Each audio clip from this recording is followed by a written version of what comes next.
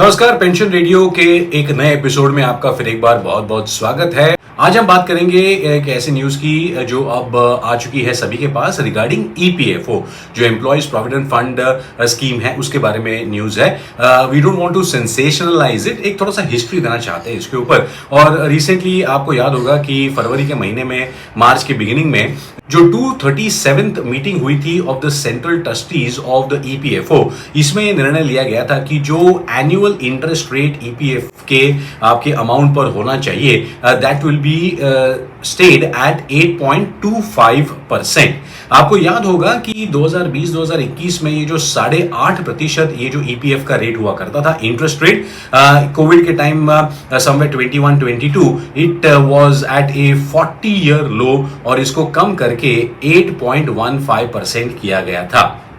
लेकिन fortunately after a lot of employees and a lot of organizations and the government also realized, they raised this interest rate to 8.25% in 23-24। जो 8.25% interest rate है, इसको यूं ही बरकरार रखा जाएगा इस साल के लिए भी, which is a good idea। Now we are here to give you information and provide solutions and suggestions।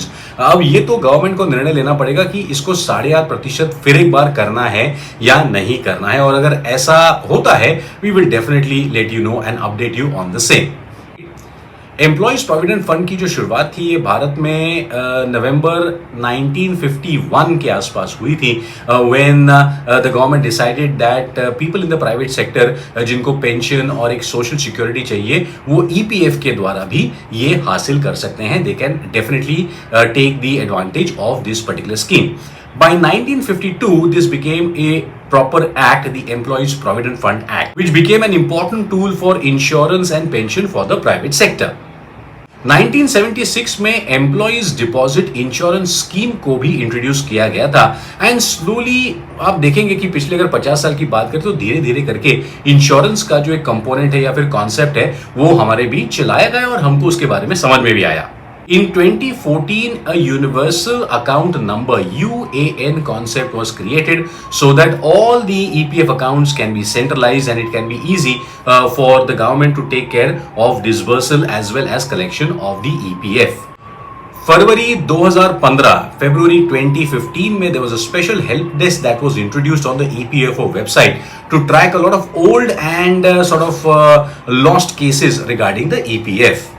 अब तो आपके ईपीएफ के अमाउंट के ऑनलाइन ट्रांसफर के लिए भी पोर्टल अवेलेबल है। So these are the new facilities that are being provided, and also the fact remains that if an employee does not get a job within 60 days of his resignation from an earlier job, he or she can definitely withdraw the EPF amount that has been accumulated। अब certificate of coverage जो है, ये भी अब online available है for all the EPF employees who are into the EPF scheme. So you can go for the portal, you can use the help desk, you can also transfer your amount online as well as also get a certificate of coverage online. साथ ही में उमंग app भी available है आप सभी employees के लिए। हमारा एक रिक्वेस्ट है, we request this to all pensioners who are the government employees, central government, state government, defence या फिर private employees. Our request to all of you is please update your KYC and your data properly. कई बार क्या होता है कि आपके service book में, आपके पीपीओ में, आपके ईपीएफ के अकाउंट में नॉमिनेशन नहीं होता है, सही से नाम नहीं होते हैं, नाम सही होता है या फिर नाम होता है लेकिन the spelling mistakes are there. We request all the pensioners who are right now and also all the people who are in service to make sure that there are no spelling mistakes or data entry errors in your service book or your online nomination forms or your KYC, because it becomes really very difficult later on in after 20-25 years अगर कुछ गड़बड़ निकलती है तो, and then we blame the department, the government and the bank कि ये क्या हो गया, देखो हमारे अधिकार का पैसा हमको नहीं मिल रहा है। So it's always better that please check for all spelling mistakes, nominations, KYC, names, जो जितने भी है सारा आप डाल लीजिए। For example the form 4 has also been introduce for all the pensioners so that you can update all the names of the family members that are eligible for family pension. आगे जाके आप उनको pension दे ना दे, that's a different story. But please update all the names of your family members in Form 4. This is for all the government employees. And of course for the EPF people, please make sure that आपका data जो है, nomination जो है, वो KYC जो है, ये पूरी तरीके से updated है without any data entry error or without any spelling mistakes. Also हमने एक स्पेशल एपिसोड बनाया था about how does TDS apply on your pension. आप हमारे चैनल के लिस्ट में जाके देख सकते हैं, उसमें हमने डिटेल में इसके बारे में चर्चा की है. EPF की अगर हम बात करें, so if you withdraw your EPF amount within 5 years, then definitely that amount gets taxable. Also, this tax is deducted in the form of TDS, which you can kind of get back if you file your returns. and उसमें अगर आपका सही दिख रहा है और tax ज़्यादा पे किया हुआ दिख रहा है तो आपको उसका रिफंड में मिल जाएगा. अच्छा, एक और बात है कि अभी भी हमने इस पर भी एक एपिसोड बताया था कि क्या होता है कि कई बार we do not link our PAN with the EPF account or with the pension account और KYC में वो हम अपडेट नहीं करते या फिर आधार और पैन लिंक नहीं करते. ऐसे में होता क्या है कि the department or the company will cut 20% TDS if your PAN is not linked. और होता क्या है कि it happens generally in the last month of the financial year.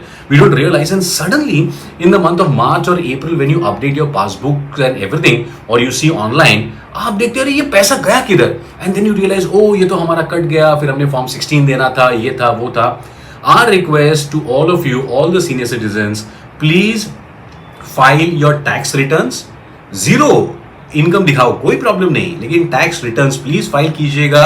साथ ही में अपना पैन और आधार लिंक कर लीजिएगा. अभी भी अगर आपने नहीं किया है, you can still link your pan and Aadhaar with a very minimum penalty. आपके चार्टर्ड अकाउंटेंट से बात कीजिए, अकाउंटेंट से बात कीजिए, they will get it done for you so that आगे जाके हमारा ये प्रॉब्लम नहीं होगा. So with the news that the EPF interest rate has been kept at 8.25% for this year, ये आज के एपिसोड में हमें आपको बताना था. एक्चुअली बताना ये था कि आप अपने सर्विस बुक और PPO में जो भी KYC डॉक्यूमेंट्स है, नॉमिनेशन है, ये पूरा कर लो.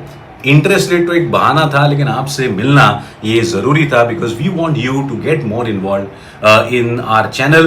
We want the family members of all you pensioners to get involve so that you know they can help you with various aspects. Banking हो, मोबाइल हो, ऐप हो and so many other things. Please send your comments और साथ ही में अगर आपकी कुछ स्पेसिफिक क्वेरीज है तो हमें व्हाट्सएप कीजिएगा. हमारा नंबर आपकी स्क्रीन पर है. पेंशन रेडियो पर हम कोशिश करते हैं कि आप तक पॉसिबल सॉल्यूशंस और ऑथेंटिक जानकारी we send to you. Remember, we are not decision makers. We will try and help you wherever possible to spread the news for the benefit of all pensioners. Thank you very much. हाँ, please like करें इस video को, share करें और please हमारे channel को भी subscribe करें. Until next time, thank you very much.